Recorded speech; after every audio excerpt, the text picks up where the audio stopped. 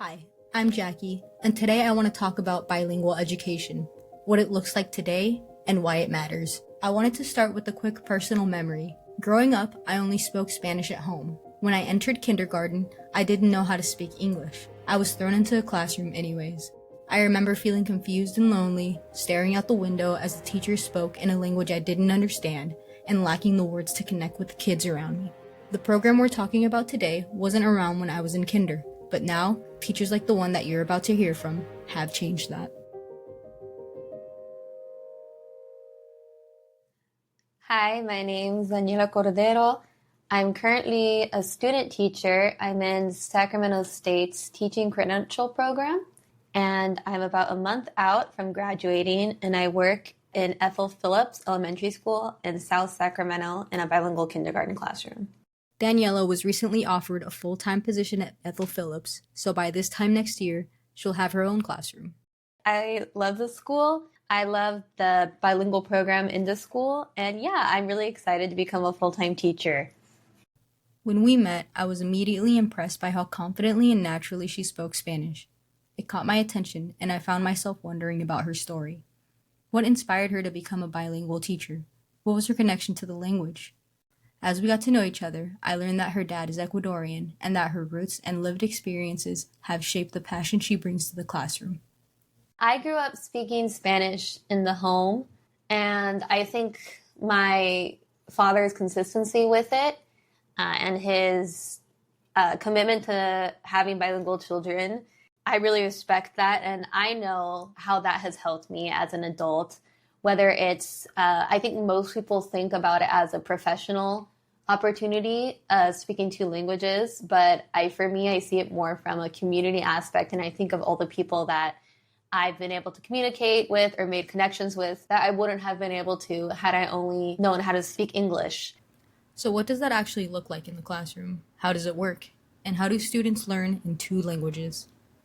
The bilingual program at Ethel Phillips is what's called a transitional bilingual program, as opposed to an immersion bilingual program where you're going to start with kids who do speak Spanish and kids who don't speak Spanish.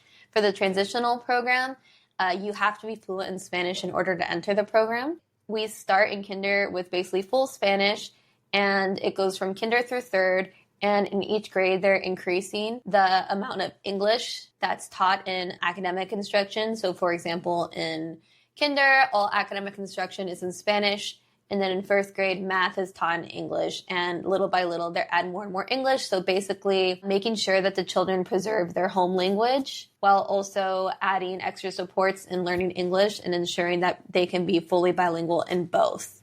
So here's something I didn't know. This wasn't just a top-down decision. The community played a big role in shaping the program. So almost all, actually, I think all of our kids are children of immigrants, and the community actually voted to do transitional bilingual as opposed to full immersion, which is what most other schools are. So this was more of a community decision versus a district one?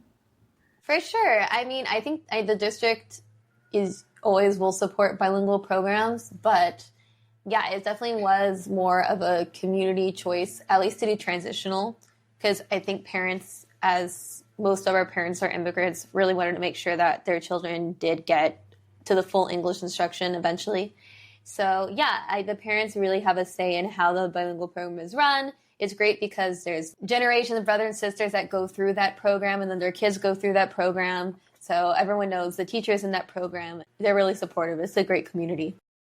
Of course, bilingual education isn't just about learning in two languages. It's also about honoring culture, identity, and the experiences students bring with them. Spanish isn't just a subject. It's a way to connect, to affirm who her students are, and to make them feel seen. Culture can mean a lot of different things, but I really think it's imperative that they learn that it's great to be bilingual. It's powerful. It's awesome.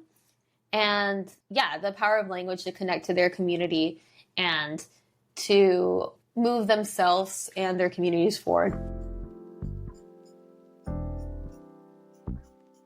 As our conversation wrapped up, one thing was crystal clear.